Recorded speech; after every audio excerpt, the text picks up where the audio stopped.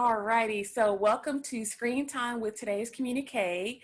As we know, September is the month that we celebrate and commemorate and recognize Sickle Cell Awareness Month, and I'm so thrilled to be joined by Miss Phyllis Dickerson to talk about sickle cell, talk about living with sickle cell, hopes for the future, and all things that fall in between. So welcome, Miss Dickerson. Thank you. Kenya, how are you? Doing good, doing good. So let's just jump right in. You are living with sickle cell. And Correct. so let's just, number one, talk about what is sickle cell. And then number two, how old were you when you were diagnosed with sickle cell? So sickle cell disease is a disease of the red blood cells. And so the red blood cells, as you know, carry the oxygen to our bodies. And so they're normally round shaped or oval. And so for sickle cell patients, they're shaped like a half moon.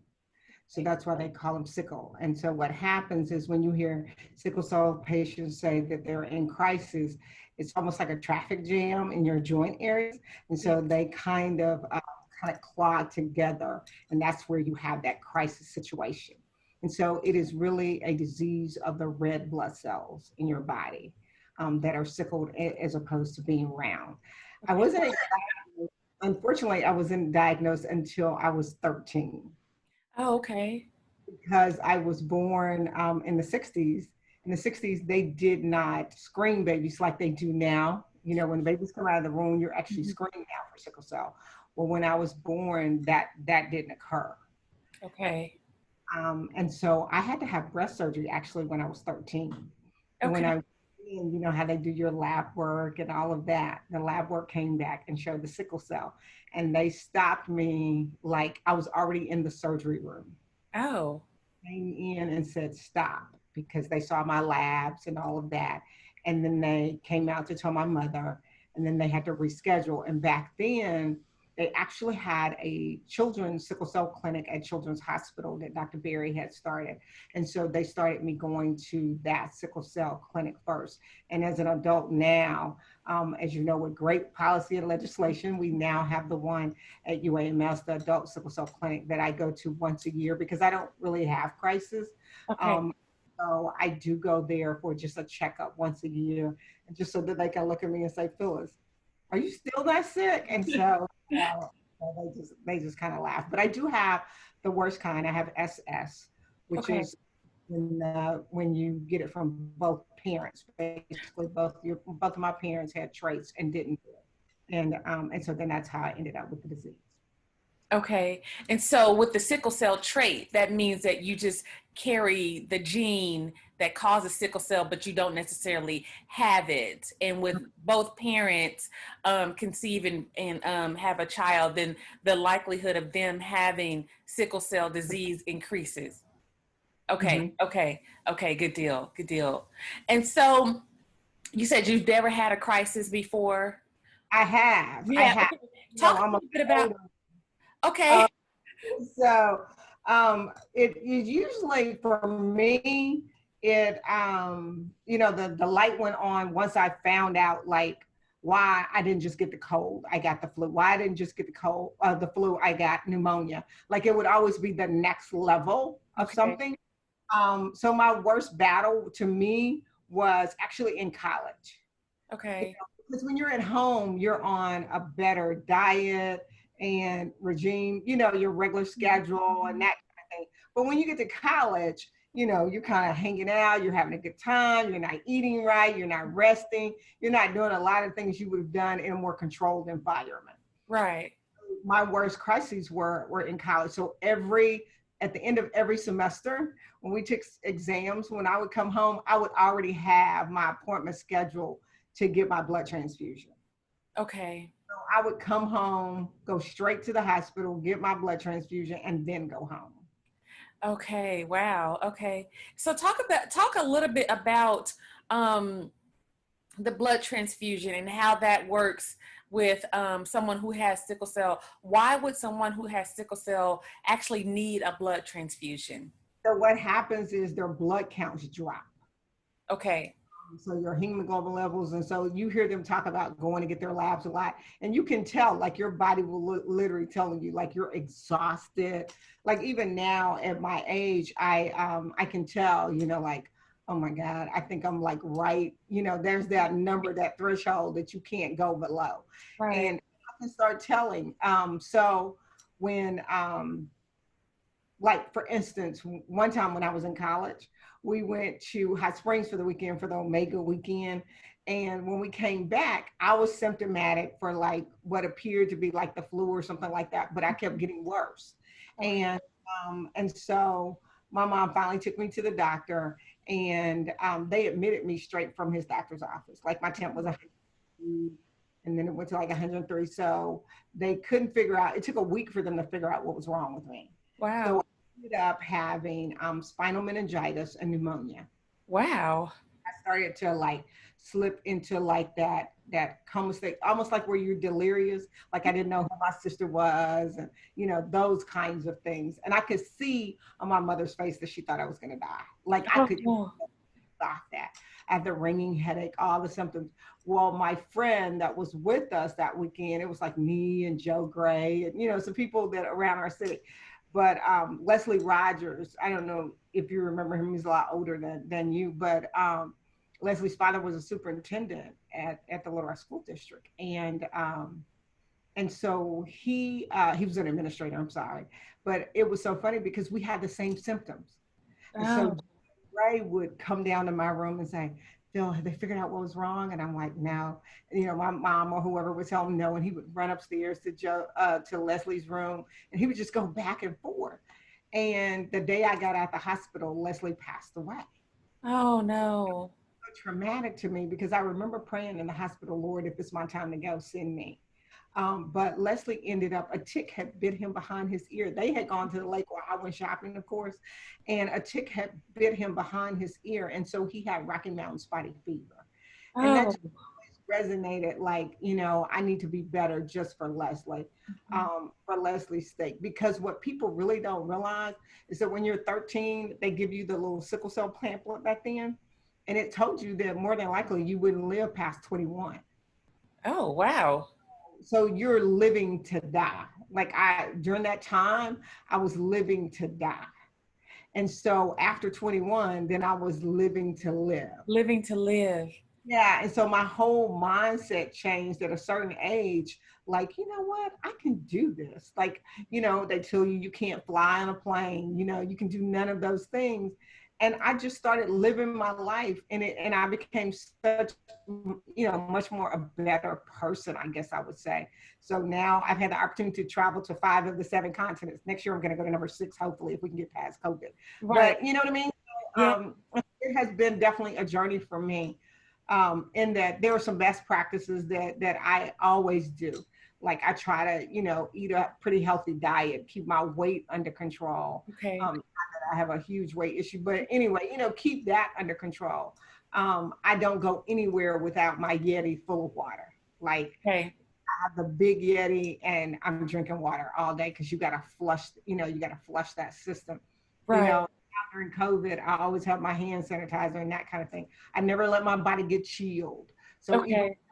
I always have on a jacket and I have a blanket when I travel. Okay. Um, so, I'd normally go in the day before so I can rest. And Okay. then so you can take off that jet lag so your body won't kind of go into shock, which sends you into a crisis situation.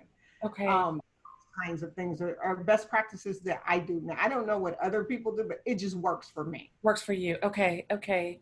And so you talked about following, watching your diet. Are there certain things that you should try to stay away from? So like with people with hypertension, they need to have like a low sodium diet, watch their salt intake. Those with diabetes have to watch their sugar and carb intake. So there are certain foods that you need to try to stay away from, or just kind of eat clean, eat healthy. I eat pretty clean. I will admit, I probably eat pasta every day. If Okay. at least 5 times a week. Like I'm a pasta fiend. And so I do have a high carb diet. And so, but other than that, I'm not big on pork, and stuff like that. So I just I try my best to eat as clean as possible.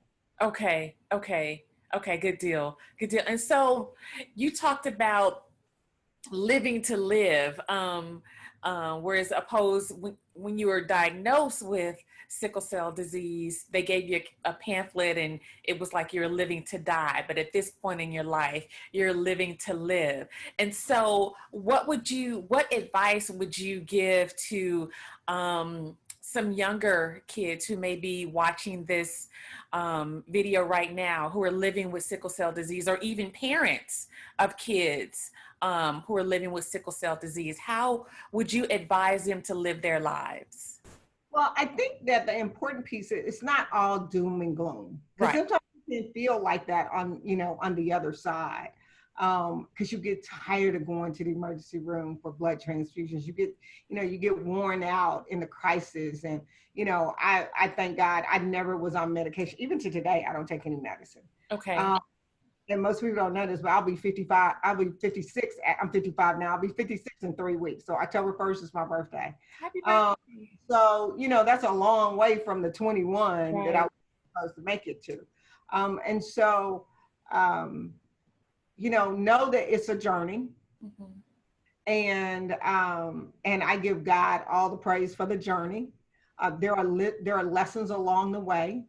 Right. I'm a journal. I journal Right. so that I can sometimes reflect back on what He's already brought me through, Yes. and know that we have some responsibilities too. Because I think when you get in that mindset of living to die, go through depression, anxiety, your body starts to shut down. Like, you can mentally take yourself through that process, Yes. in lieu of, okay, next year I'm going to go to Australia, like whatever. And I tell people, I know this sounds really crazy, but make your stupid list for God. The stuff that it sounds so crazy, you don't even want to share it with anybody. Right. What are those things that you want God to do for you Mhm. that are just like, oh my God, like trips that you want Him to take you on that you don't even have to pay for? You say, Lord, Right. I want you to send me. And so I started listing my stupid list. And let's just say I have 2 more continents, and Antarctica I'm probably not going to go. So I have 1 more continent I have to go to. But, what are those things that you want Him to do for you? And I have had an amazing journey. We're Lower Rock Central High graduates. And so Right. I had an amazing experience at Central, but never did I know that while I was at Central, that I was going to end up planning the 50th anniversary for the integration at Central High. And, Right. if I had not lived past 21, that wouldn't have happened. But God already knew He had that in the plan. Ooh. I didn't know that I was going to be on the grand opening. I was going to be on the team for the grand opening for the Clinton Presidential Center. I didn't know I was going to work for President Clinton or Hillary. I didn't know that I was going to work for Mrs. Obama. And so there have been some things along the way that you just don't know what's in the future. Because right now, it just looks like you're in a hospital having another blood transfusion. Right. Or you're going through another crisis. But start to make that stupid list that my roommates from college would be like, can you not think of something more realistic? I'm like, I can't. I cannot think of anything more realistic than the things on this list. Right. Once you write it on the list, you also are telling God you understand how awesome and big He really is. Now, for those of you who are listening that don't believe in God, I don't have any advice. Right. For those of you who do, that's the advice that I have. It is only the grace of God that I'm sitting here, having this Yes. conversation. But I also have some responsibility to, one, trust Him, and to believe how awesome He really is and what a healer He really is. Like, I can sit here now and tell you, but He is a healer. Yes, ma'am. And now, like lately, like in the last few years, like once a year, I noticed I've had a blood transfusion, and I'm O positive. The other thing I tell people is, for those of you who can donate blood, actually do, because it does help people like me. It's always funny because I always ask, where's my blood from? Yeah. Because I'm always looking for them to say Little Rock, and they'll say, one time I had a blood transfusion. She said, "Girl, it's from DC. You're gonna be a cheater and a liar." And I'm like, but it would be really nice to hear them say, "Oh, it's from Little Rock," and Yeah. how do I know them? Right, right. Somebody from your own backyard giving blood to help you. Yes, absolutely, absolutely. So, would you say that there's some treatments that are out there, and I think that I heard that there may even be a cure around the corner for sickle cell disease. Talk a little bit about that. So I know Kimberlyn, as you know, she's done the bone marrow transplant piece, and that is like a huge deal right now. And in fact, some of my friends have asked me, Phil, have you considered getting that? And I'm like, no, because I know that I still have sickle cell, and I Right, know that I still, need blood transfusions every blue moon, but that's not my journey, okay, but people that go through extensive crisis, a lot of pain, a lot of those kinds of things, right, that's definitely an alternative. Like, there are pros and cons to everything that you do. It's not easy. It's kind of like going through chemo. right, It's not easy, and it's a decision for each individual to make. right. You know. And so, living with sickle cell disease, you have not let it get you down. You have not let it stop you in any way. And so, what's on the horizon for the next 55 years for you living with sickle cell disease? So for those that don't know me, so I used to be the chief of staff for Mark Stodola, for the former mayor of Little Rock. I had the luxury of working for three mayors. I worked for Jim Daly, Mark Stodola, and I helped Frank Scott with his transition. So that was amazing. But during that process, I also transitioned back to the private sector. So I opened my own consulting company. So I do a lot of government relations work now. So I have fun doing that, advocating for clients that want to have a relationship with like U.S. Conference of Mayors, National League of Cities, those kinds of things. And I enjoy that. My first love, most people that don't know me don't know that my first 20 years in business, I actually was in the fashion industry. So that is actually my first love. You know, that little quiet secret nobody knows. Right, right. That is actually my first love. And I told my roommate from college, I just designed my first T-shirt. It's at Love downtown in the River Market. Okay, okay. I have a black one and a white one, but and it says I guess it works for this season that we're in. It says "Back the hell up, you're too close." And so it's just a little something that I do, and it helps me deal with. A lot of people ask, "How have you dealt with COVID and all those things?" Hmm.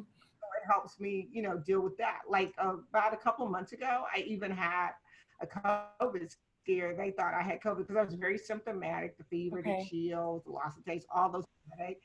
And I checked myself into the emergency room. I drove myself and right. had to put me on oxygen. My pulse out was low. I didn't have to have a transfusion. Okay. Um, I did have to have an IV, like a huge bag of IV and that kind of thing. But it ended up being some other virus. Okay, okay. But sickle cell patients have to be really aware of Right.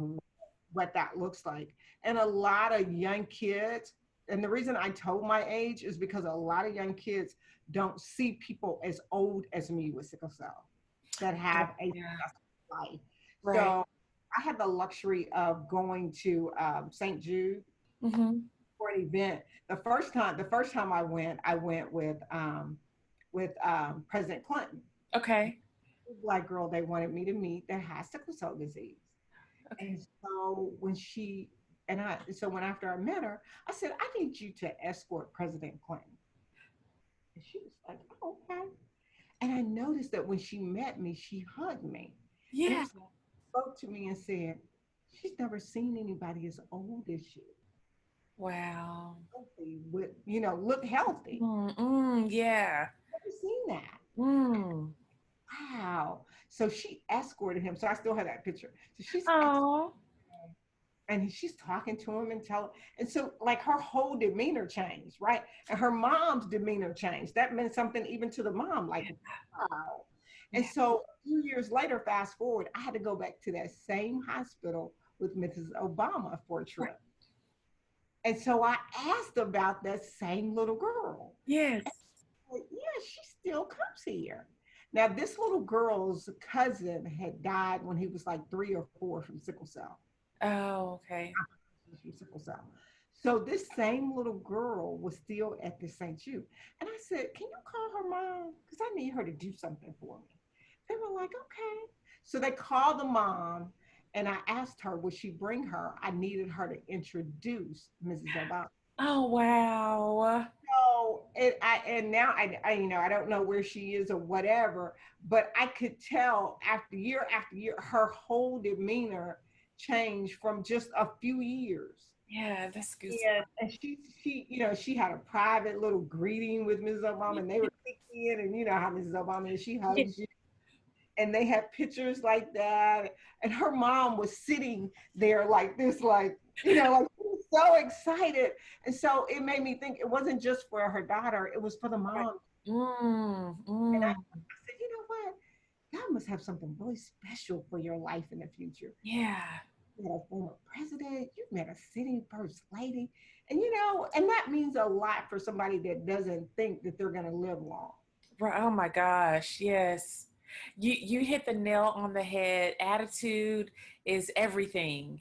Um, it's just about 85, 95% of it is your mental, the way you think and your attitude about certain things. And I'm glad that you mentioned that, because it's not can not only be applied to those living with sickle cell disease, but for anybody.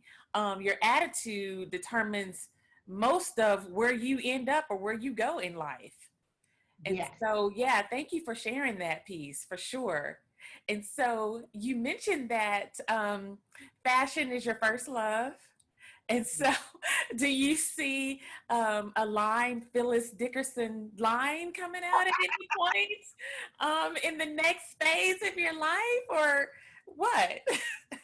No, I never thought about that. I modeled for a while. My girlfriend's like modeling more than me, so I was like, no.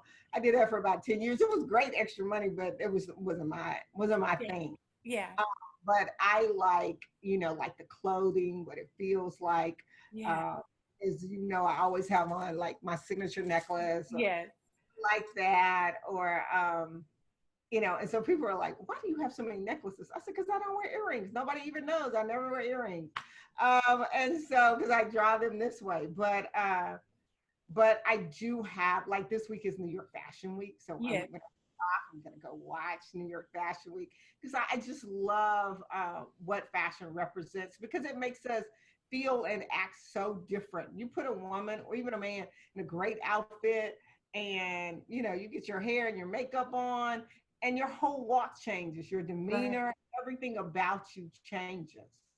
And Yes. people don't even realize that. Yes. So I guess the party message would be, those living with sickle cell, it's not the end of the world. You can live with sickle cell disease and have a successful life and live out your wildest dreams. And like you said, there is a purpose for you in this life that God has for you. And Yes. so just walking in that truth and letting God do the rest. Yes. Control what you can control. Absolutely. Absolutely. Well, Miss Phyllis Dickerson, thank you for spending some time with Screen Time with today's Communiqué. Of course, anytime. And that is a wrap.